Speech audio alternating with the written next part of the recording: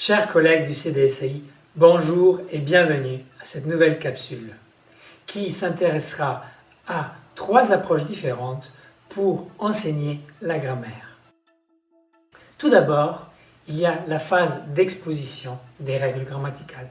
Celle-ci est organisée par l'enseignant, soit au tableau, soit par le biais d'un PowerPoint, soit par le biais de polycopiés.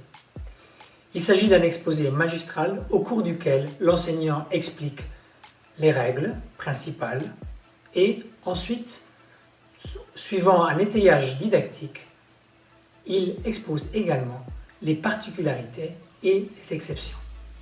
Dans un deuxième temps, le professeur va proposer des exercices d'application, principalement des exercices à trous ou des exercices de transformation. Certains peuvent aussi également proposer un transfert. Finalement, ces exercices sont corrigés, généralement en grand groupe, et l'enseignant propose des exercices de remédiation, des explications supplémentaires, avant de passer donc à la 4e étape, qui est la correction du devoir en classe qui a été fait naturellement en amont. Comme toute approche, elle a des aspects positifs comme des aspects négatifs. Tout d'abord, intéressons-nous peut-être aux faiblesses de l'approche traditionnelle. Un des reproches que l'on fait régulièrement à l'approche traditionnelle est l'abus de métalangage, qui empêche à une partie des élèves de véritablement comprendre ce qui est expliqué. Un deuxième point qui est reproché à l'approche traditionnelle est son côté normatif. Surtout, ce normativisme poussé.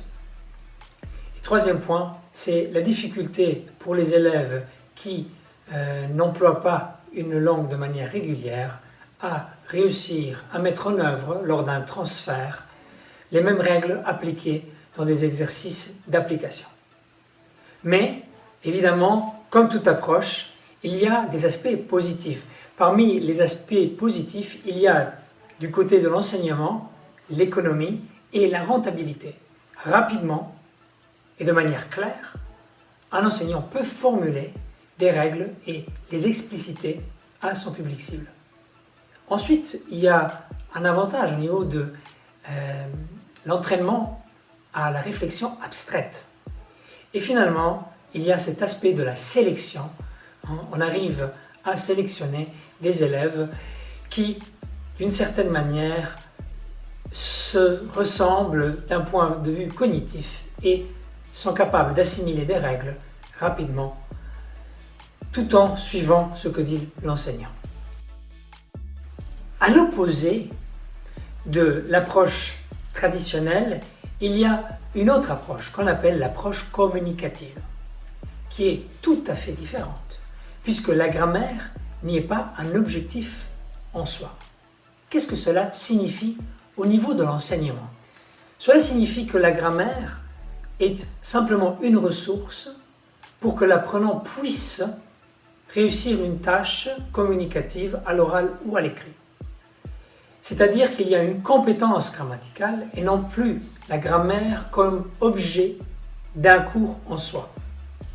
Évidemment, cette approche-là a également ses limites, puisque réfléchir sur la langue et apprendre à réfléchir de manière abstraite est évidemment un avantage qui permet justement à un apprenant et une apprenante d'avancer lors de ses études et justement aussi de comparer différentes langues, ce qui est toujours un avantage lorsqu'on veut apprendre plusieurs langues, par exemple.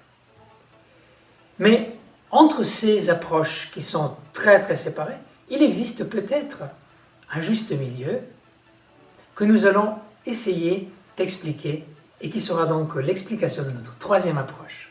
On y va.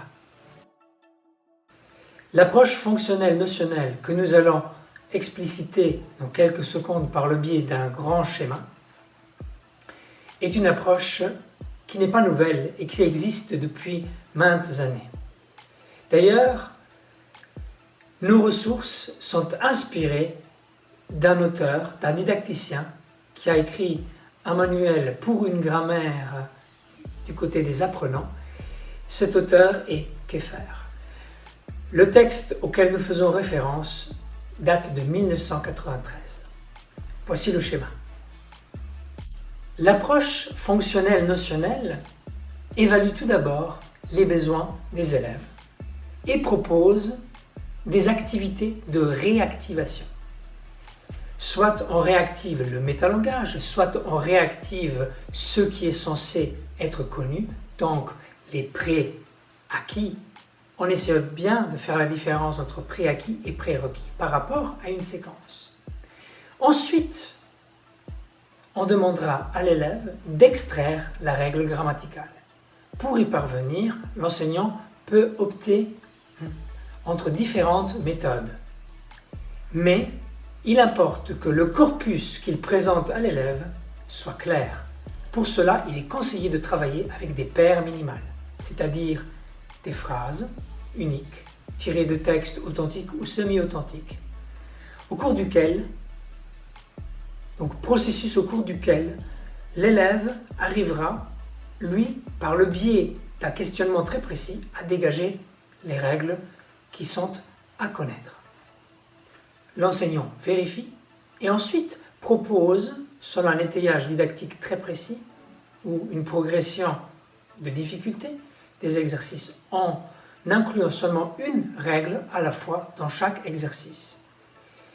Après avoir fait tous les exercices et les différentes règles, l'enseignant va pouvoir commencer à créer des exercices qui regroupent certaines règles et finalement, il va demander de passer à une production guidée ou non guidée, c'est-à-dire à un transfert global dans lequel ce phénomène grammatical va se reproduire. Évidemment, cette méthode interroge l'enseignant chevronné puisqu'elle pose la question de la démarche déductive ou inductive. Évidemment, l'approche fonctionnelle-notionnelle fonctionne avec les deux types de démarches. D'un côté, l'enseignant peut mettre en place une démarche déductive et lui-même expliquer au tableau ou par le biais des documents préparés à l'avance comment fonctionnent les règles en demandant à l'élève de travailler avec lui par le biais de la méthode interrogative. Il demande à l'élève d'extraire la règle, mais c'est l'enseignant qui le guide activement. De l'autre côté, le cours peut être également organisé de manière à ce que les élèves, seuls ou en groupe, aient les paires minimales et extraient eux-mêmes les règles. Mais attention, si vous optez pour une démarche inductive, il importe fortement d'être clair et peut-être de travailler avec des couleurs, avec des flèches et d'indiquer à l'élève où il doit regarder pour qu'il ne se perde pas dans ses paires minimales. Chers collègues, c'est la fin de cette capsule.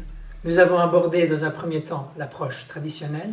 Ensuite, nous avons vu qu'au niveau de l'approche communicative, la grammaire jouait un rôle marginal. Et finalement, nous avons proposé un troisième modèle que nous nommons l'approche fonctionnelle notionnelle d'après Keffer. Nous vous remercions de votre écoute et n'hésitez surtout pas à laisser des commentaires si vous avez été interpellé.